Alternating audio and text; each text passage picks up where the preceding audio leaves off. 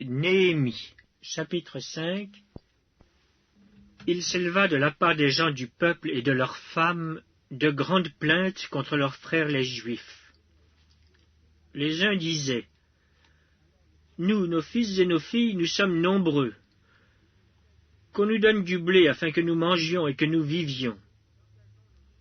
D'autres disaient: Nous engageons nos champs, nos vignes et nos maisons pour avoir du blé pendant la famine. D'autres disaient: Nous avons emprunté de l'argent sur nos champs et nos vignes pour le tribut du roi. Et pourtant notre chair est comme la chair de nos frères. Nos enfants sont comme leurs enfants. Et voici, nous soumettons à la servitude nos fils et nos filles, et plusieurs de nos filles y sont déjà réduites. Nous sommes sans force, et nos champs et nos vignes sont à d'autres. Je fus très irrité lorsque j'entendis leurs plaintes et ces paroles-là. Je résolus de faire des réprimandes aux grands et aux magistrats, et je leur dis: Quoi? Vous prêtez un intérêt à vos frères? Et je rassemblai autour d'eux une grande foule, et je leur dis: Nous avons racheté selon notre pouvoir nos frères les Juifs vendus aux nations. Et vous vendriez vous-même vos frères, et c'est à nous qu'ils seraient vendus. Ils se turent, ne trouvant rien à répondre. Puis je dis: Ce que vous faites n'est pas bien. Ne devriez-vous pas marcher dans la crainte de notre Dieu pour n'être pas insultés par les nations, nos ennemis? Moi aussi, et mes frères et mes serviteurs, nous leur avons prêté de l'argent et du blé. Abandonnons ce qu'ils nous doivent.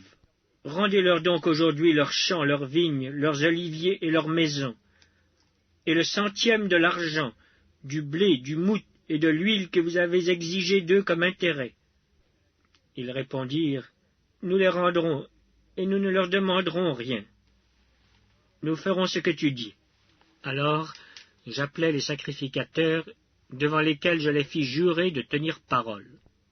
Et je secouai mon manteau en disant: Que Dieu secoue de la même manière hors de sa maison et de ses biens tout homme qui n'aura point tenu parole.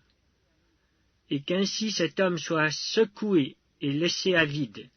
Toute l'assemblée dit Amen. On célébra l'Éternel, et le peuple tint parole. Dès le jour où le roi m'établit leur gouverneur dans le pays de Juda, depuis la 20e année jusqu'à la 32e année du roi Artaxercès, pendant 12 ans, ni moi ni mes frères n'avons vécu des revenus du gouverneur. Avant moi, les premiers gouverneurs accaparaient le peuple et recevaient de lui du pain et du vin, outre 40 cycles d'argent. Leurs serviteurs même opprimaient le peuple. Je n'ai point agi de la sorte par crainte de Dieu. Bien plus, j'ai travaillé à la réparation de cette muraille, et nous n'avons acheté aucun champ, et mes serviteurs tous ensemble étaient à l'ouvrage.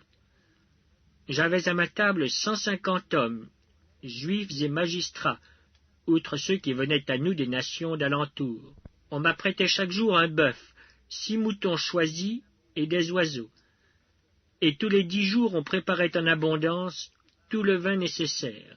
Malgré cela, je n'ai point réclamé les revenus du gouverneur, parce que les travaux étaient à la charge de ce peuple. Souviens-toi favorablement de moi, ô mon Dieu, à cause de tout ce que j'ai fait pour ce peuple.